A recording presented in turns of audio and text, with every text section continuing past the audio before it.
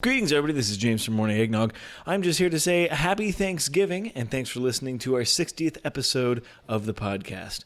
Be sure to like, subscribe, and comment something mean or nice in the YouTube video, or leave a review on iTunes. Thanks so much, and we hope you enjoy this episode.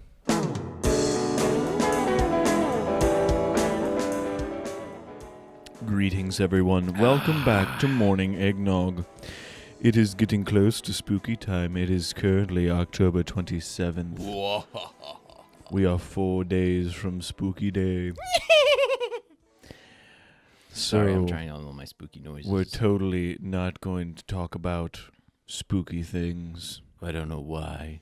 I don't know either. We don't really talk about spooky things. This is going to come out so much further from a spooky day. It's going to be sometime in November. We're 2 weeks behind. So anyways, we are going to talk about the death of the turkey. But I will talk about the mystery of the mummified Twinkie. A box of Twinkies left alone for 8 years held some surprises for Colin Purrington. That's his name. I will put his name up on the screen. I might be Purrington. That has to be Purrington. Anyways, Purrington. Anyways, having upon a sugar craving, Upon having a sugar craving combined with a just so bored with the pandemic, Purrington opened the box a few weeks ago. Like many people, Purrington believed Twinkies are basically immortal, although the official shelf life is 45 days. Why do we think they're immortal? What show made it immortal? Probably not Zoolander, but It's been before that. They've been immortal for a long time. Is it Zombieland? That's what I was gonna say. It's been 10 years ago, but I thought they were older than that. Well, I think that's what really started the Twinkies live forever, is because Zombieland. That guy, what's his face? Yeah, he wanted Twinkies. He wanted Twinkies. Woody Harrelson. I don't know. And it was like Tallahassee. Anyways, and Columbus, Ohio. No one lived from Ohio. He did. No. He died? No. They died in the next movie. Maybe not. I haven't seen it because it's such a bad movie. The second one? Yeah. How is it bad? It's very dated and terrible and not good. Zombieland? Mm-hmm. Zombieland 2. It was not a good one? That's what I heard. I never watched it because I wasn't interested in it. Oh. Anyways. I never watched either one of them. The first one's pretty entertaining. He removed a Twinkie from the box, unwrapped it. It looked fine. Oh. And took a bite. Oh. Then he retched. And thus the illusion was crushed. But some cool science lay ahead. NPR's Neil Greenfield Bryce, whatever, talked to Purrington and explained. So what we need to do, Caleb, is just say people's names and not try to say them right. Just that's what I'm realizing, because nobody knows what I'm reading. Yeah, it's just like Rupert Dinklehopper. Yep, Neil Rupert Dinkerhopper. Hopper. Nope, I want to say it that way. Okay, fine. Explains to Shortwave how two scientists got involved and started unraveling the mystery of the mummified Twinkie. To read more of the story, check out Neil's story here. It's good stuff right there. That's so disturbing. October 15th. So wait. So that article came out the 27th, whereas the article that we need to read to understand it came out the 15th.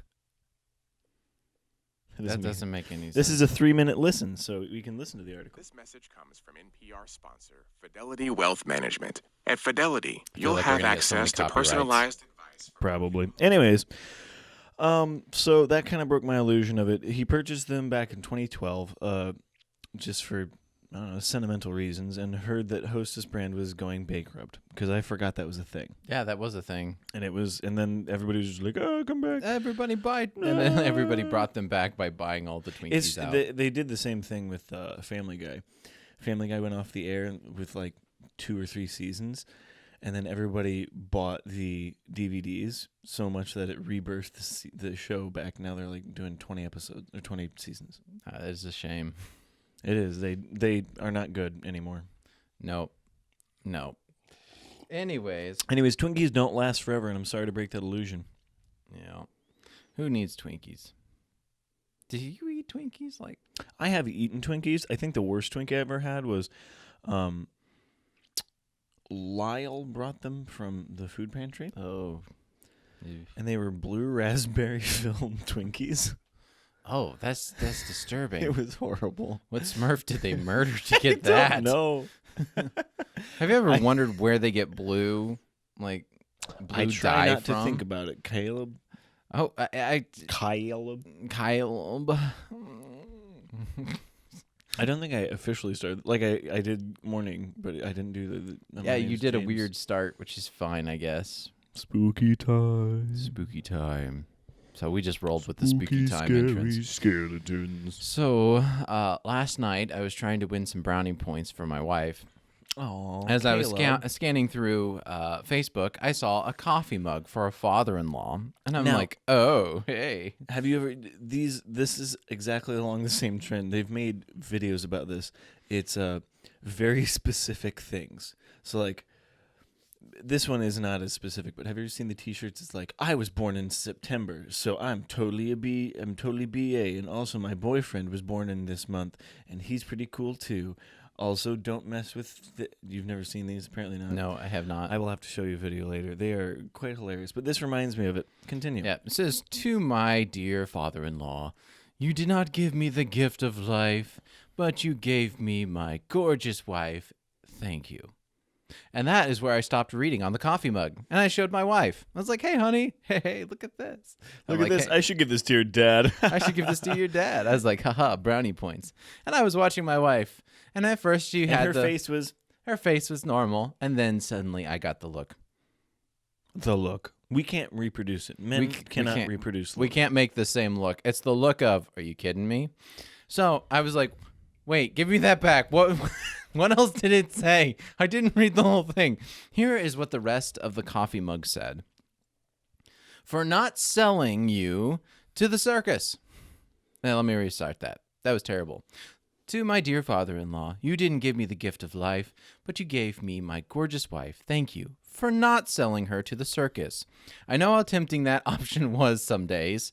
Love, your son-in-law." You should still buy that mug. I was backpedaling like crazy to try to get that one. Honey. I did You not have to realize my reading ability went to here and then I stopped. I've gone to college, and so I know how to speed read. So you read the first part, and you got the gist. That's the gist. That's the gist. Oh And wait, that is there why was more. I bet that's exactly why they make it like that, so that you're You're men are dumb just like enough to buy it. Like, hey honey, how do you like your father's coffee mug? Slap. Terrible. Slap it. Slap it. Oop. No, not seriously. Don't slap. Don't slap your microphone. So I had to do a lot of backpedaling yesterday for something I was hoping to get brownie points for. Instead, we just died laughing together. That's the wonderful thing about my wife, is she doesn't take me too seriously. You can't. No, you can't take men too seriously sometimes. Not normally, unless he's a really serious man, and then he's really boring. And Yeah, well, some people like boring men. I don't think it's true. I don't know. There's enough boring men out there that are married. True. That there's ladies out there that... But if their wife's happy. Anyways. Well, enough about this dark topic.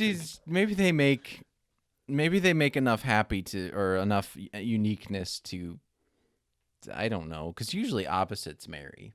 True. That's very true. Like my wife and I are about as polar opposites as we can get. Yeah, it's pretty hilarious. She's You're like, I'd rather be home. She's like, cup half full, I want to go somewhere. I'm cup half empty, I want to stay in my cave. So it works out.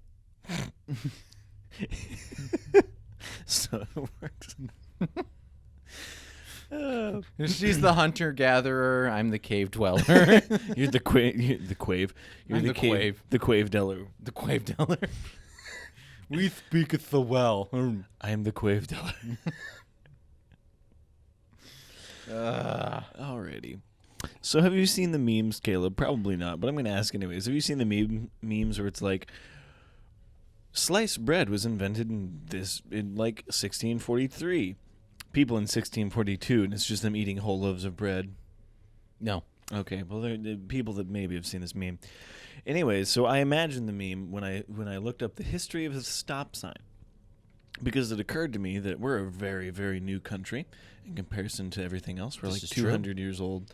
What was it, 1776? So we're not that old at all. Not really. No. So a lot of everything we do is brand new in comparison to the rest of the world. And this is the exact question, I guess. Have you ever wondered why a stop sign is red or why it is shaped like an octagon? Good night, that train is loud. It's really heavy. We actually get earthquakes here in Stryker, but they're mainly due to the trains. Yes, and depending on what's going on, I have a concrete floor, but when I'm sitting down on the toilet, it still shakes around. Like, I can actually feel it through my feet right now. Yep. It's just less noticeable. Anyways, have you ever wondered why a stop sign is red or why it is shaped like an octagon? To help keep you safe, the stop sign has evolved over the years with design and gets your attention more easily so that you can react more quickly. Here are some facts about the history of the stop sign. Caleb, Yes. what was the first state that the stop sign was implemented in? Wisconsin. And what year? Probably not. It's probably East Coast town, so I'm going to say Rhode Island. And what year? 1948. All right, so it was actually the first stop signs were posted in Michigan and Nebraska in 1915. Says Brown University. Originally, they were square-shaped, measuring 2 feet by 2 feet, and featured black letters on a white background. These plain signs may have been adequate at first, because when did we get cars? 1915. Yep. Actually, probably before that. These plain signs may have been adequate at first, since For a second there, I was like, plane signs? No, they're car signs. the Wright brothers. Oh no! Quick. Oh, no, we got to stop. I like how we both did a car thing for a plane because that's what planes look like now. But I don't know. Did planes use sticks? I think it's joystick. I don't like anything what's going on. But anyways, Joystick. nope, Fine. still Is that don't like better? it. Maybe. The plane signs may have been adequate at first. There weren't many cars on the road, but by the 1920s, the Roaring 20s, the number of cars on the road began to increase. The U.S. then standardized all stop signs to an octagonal. Nope, I'm done. Shape that we see today. Why is this stop sign shaped in an octagon, Caleb? Because it catches your attention more than a circle or a square. Probably, yeah. And they're like huge. Yeah, they are ginormous. And that way, if you steal one, you can get spotted. There he goes! Stop! No, I'm just carrying one. he's legally allowed to make these jokes, people. I've embraced it lately. Why is the stop sign shaped like that? The American Association of the State Highway Officials, AASHO, saw a few key advantages to giving the stop sign a unique shape. First, the octagon. I had a stroke. Oh my goodness gracious. Shape makes it easy for drivers traveling in the opposite direction to recognize the stop sign from the back, which helps prevent confusion at intersections, according to Reader's Digest. Okay. Well, that's a sight. That's like you're citing that as... Anyways. Second, since the original stop signs weren't reflective, the American Association for State Highway Officials needed a design that could be easily recognizable at night. Was the stop sign always red? Obviously not, because it was black and white. What are stop signs like today? No one cares. We all know what they look like. Wow, that was exhilarating, James. Well, here's one of the things that I found out, supposedly. I don't know if this is real or not. I probably should double check this. I saw a video at one point where it said if a stop sign does not have a sticker on the back of it, you don't technically have to stop at it. It's also the same, like, if it doesn't have a white border around it, you don't have to stop. Which is also kind of true. Because it's like if it's in a parking lot, you can't get in trouble. How about that? You can't get in trouble for not stopping at it. I guess. That would be hilarious if you got a ticket for running a stop sign in a parking lot. Well, people in parking lots are so stupid anyways. Oh, gosh, because yes. they're like, all right, well, I want to get from point A to point B. I'll just go in a straight line. That's exactly how you do it in a parking lot, right? Yeah. You don't use your turn signals or drive around in a All nice, the laws orderly of the fashion. road are no longer void. Like, they're all void once you enter into a parking lot. I have almost been hit so many times in a parking By lot. stupid people like, "Wee-hoo!" Now, I've done donuts in the parking lot. Who hasn't? But that's like at night with snow. Exactly, and no one's going to be driving around, and you're hopefully safe about it. Yeah, exactly. Whereas I've seen people in broad daylight on a nice July day just, rocketing through the parking lot. Good Lord, I'm an old man. Anyways. Kiddos These rocketing. dang kids driving around with their skate scooters and their ear pods. And their Civics. Yeah. Oh, there's fuel-saving things. Back in my day, we only drove V12s. V14s, what are you talking about? We drove combines. Here in Ohio, the preferred vehicle is the combine. Exactly. For those with road, could you imagine if somebody got road rage in a combine? It would be like the demolition derby for combines. That'd be actually really fun. It'd be pretty sweet. Actually, yes. So the sad thing is, not sad. The thing is, we used to have combine demolition derbies. Yeah. And then they realized that combines cost too much. Well, I think they smashed up all the old combines, and there's no longer any old combines left. Or that anyone wants to smash up. Yeah. Plus, they've also realized it's a really slow. It's kind of like the first time you see it, it's kind of fun, but then after that, it's just kind of like it's too slow. That's why car ones are much more entertaining. Car ones are kind of fun, but they make it too safe for me because they put them in a little spot. They can't get enough speed to kill each other. I mean, wreck the other cars. If NASCAR did demolition derbies. I mean, sometimes they do. Yeah. I mean, if they can survive those, come on. It's not like they're $250,000 cars, if not more. I think they're more. Oh, no. I think on average, a car's like somewhere at the $500,000 range, I believe. Like when they crash. How much is a NASCAR? Have you ever seen them when they crash? They actually put like a money. According to Sportex, NASCAR race car cost almost $400,000 based in the materials and parts reliability. Yep. Yeah, almost $60,000 to $100,000 estimated cost to build an engine. Holy crap. That's amazing. Yeah, because have you ever seen there's YouTube videos where they actually have a tally going on, like a money tally when they start wrecking?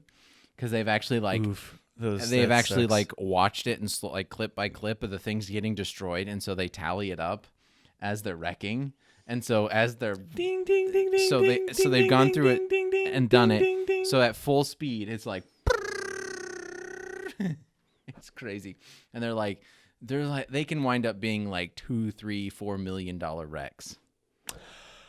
Well, okay then. That Could you was a imagine? new interesting fact. Could you imagine that? Just watching your car get wrecked, and you're like, well, there goes $500,000. But all of the billions of stickers you have on it paid for. That's true, but still, I mean, And it makes the NASCAR race way more memorable. a So it might good actually wreck. make you more money. A good Yeah, wreck a lame is wreck where it's memorable. just like one car in the very back, like, oh no, my wheel blew. Oh no, I've got a flat tire. I better make it to. Oh, no. I was about to say to Harbor Freight. I better make it a Harbor Freight. Get my Pit stop at Harbor Freight. pit Here's stop. the Harbor Freight jack. Chicka, chicka, chicka. Dang it! Go get the other one. They're cheap. What?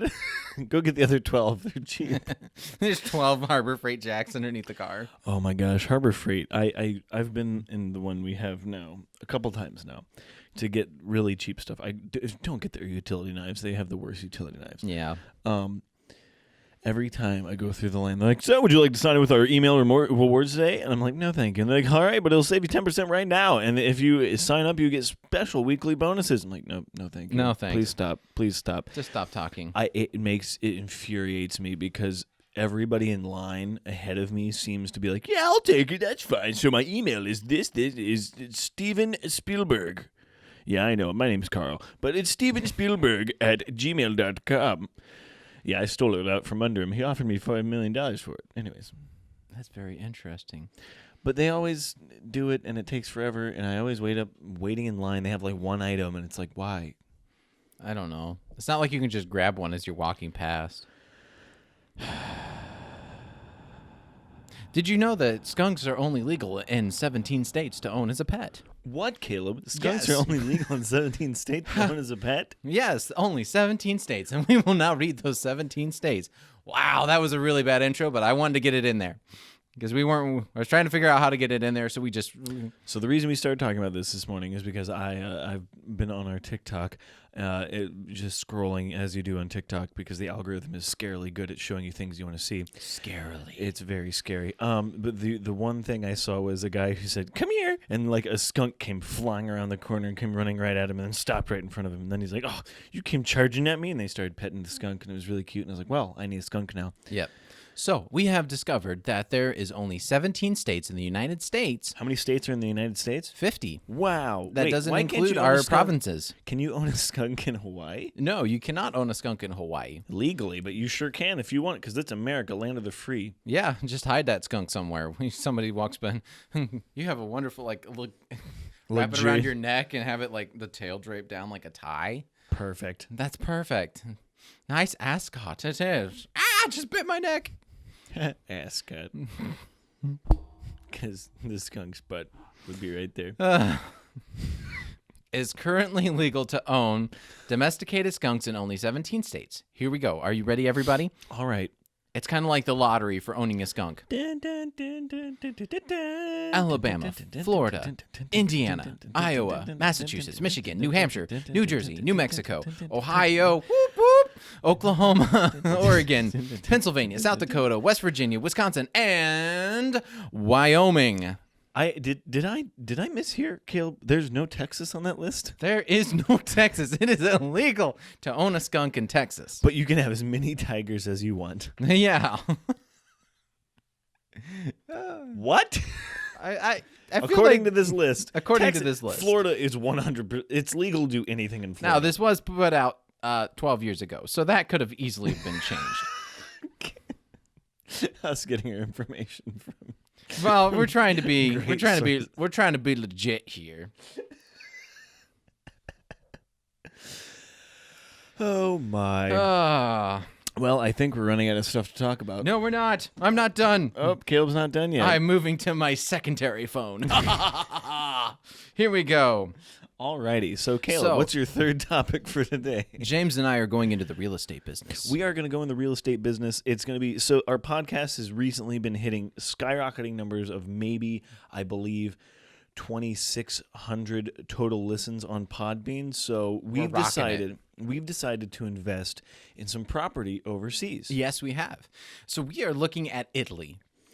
A beautiful place. Seemingly every girl in Ohio wants to go there. For some reason. For whatever reason, even though it's a smelly place. I mean, I didn't say that out loud, and there's definitely not people peeing in the water.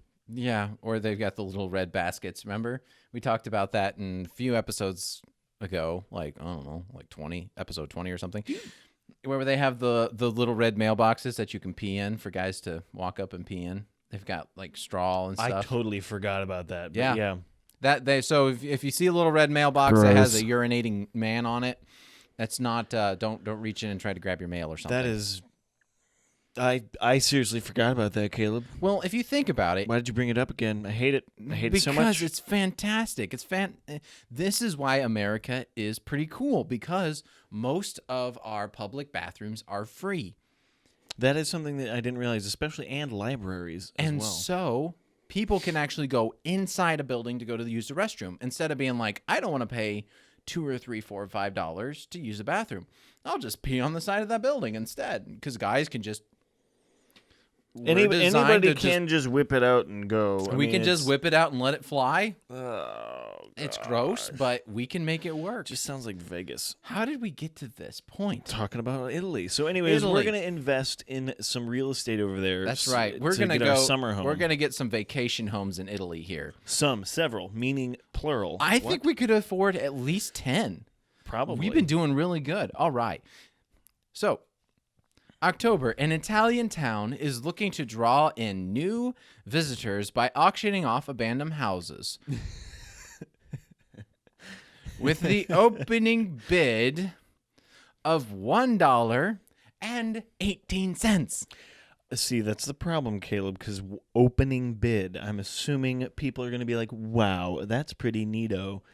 And a lot of people are just going to bid it up to several $100,000. You're not making this as cool. You're right. We're going to buy several houses because it's only $1. That's what we're trying to do here, Property bro. taxes are $800,000 a month. The town of Salami, I'm pretty sure that's not how it's said, but that's what we're going in Sicily, announced it will be auctioning off dozens of abandoned homes that have fallen into disrepair.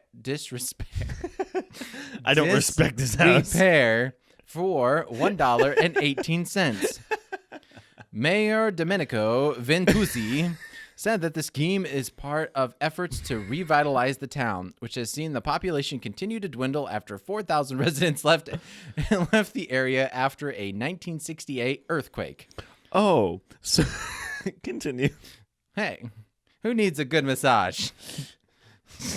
Wait, what? I don't know. I just things are moving and shaking. I guess that doesn't make any sense. It doesn't make any sense. Ignore that. James will cut that out in post. No, I won't. No, he won't. All buildings belong to the city council, which speeds up the sale. Who needs a good massage? Anyways, they are owned by the town council, so it's like a sheriff's auction here in Ohio. All buildings belong to the city council, which speeds up the sale and reduces red tape. It does. It cuts it out with all the people. So, how do you just abandon? I don't know. How does that work? How do you just abandon your house? You grab your stuff that you want, and but you have to pay property tax, or you just refuse to pay all that. It's probably you refuse to pay all that, or it's probably like foreclosure, where if you owned it but it's owned by the state, so yeah, you didn't quite have it. That's so weird to me, but maybe it's not. Maybe it's a normal thing in Italy. I don't know. Maybe the state. It says that the state owns it, basically. Okay. So it's a state-owned property. So I'm wondering if you're actually truly buying it or just leasing it, kind of like those weird places You could be able to buy it. Oh.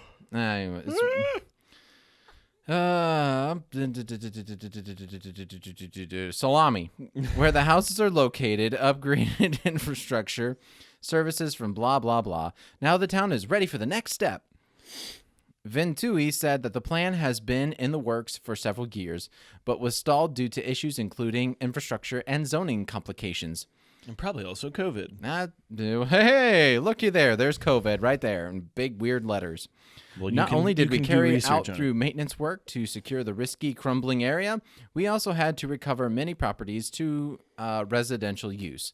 We've been ready for a while, but wanted to wait to see how the COVID-19 emergency evolved. Italy was early hotspot for the coronavirus pandemic. Yep, millions and billions of people died. But Sicily has remained one of the least impacted regional countries, because nobody's living there. Yeah, that doesn't make any... That's saying North Dakota is the least impacted in the United States. The mayor said interested buyers will not be required to visit the town before purchasing a property, but they will be asked to submit details, renovation plans to prove they are committed to the revitalization effort. Oh, so I think the problem would be the fact that the ticket to go see the new house is going to cost more than probably. It's going to be 20 to 200% more than buying the house. Plus, we have to come out with the plans and designs to purchase the place, and then not do anything with it. And then because. It's not like we're going to go, let's go to Italy and build stuff there. Well, our podcast is doing really well, so we could just go do that. But ooh, our Italy podcast. I wish I knew some Italian, so I was going to say it right here. Morning Eggnog. Zabaione del mattino. That is our new podcast. Zabadone di mattino. Zabadone timom. I'm going to share that with James, so that way... Morning Eggnog. So be sure to check us out there. We will be starting our new podcast in about 40 years when we get our house all done over there. Yep. So be sure to join us on that podcast when it comes out in 2060. Zabone de Matino. Welcome to the Zabone de Matino show. Greetings, everyone. This is Zoboni Nimatino. Zibatino. No, that's not your name. That's the name of the morning eggnog. I know. I said, greetings, everyone. This is Morning Eggnog. Oh, okay. So thank you so much for joining us. Be sure to check us out on Spotify, iTunes, Google Play, and Podbean if you haven't already. Please go rate us on iTunes. Give us 5 stars or 1 star. Just rate us. Preferably 5 stars. Preferably 5 stars. If you want to go in between, we're okay with a 3 to 4. 3 to 4. But if you do any less than that, it'll be sad. But if you can send me proof of it, I will PayPal you $1 if you rate us 5. He will. 5 stars. I'll pay. I seriously will. He will. Or Venmo. Be sure to subscribe to us on YouTube and check us out every other Thursday on all of these platforms. If you want to be on the podcast, or if you have a green screen background, or if you have topics you want to cover, you can email us at morningeggnog@gmail.com or message us on Facebook and Instagram, Morning Eggnog. So I guess let's just wrap it up with having a wonderful morning, noon, or night. See ya.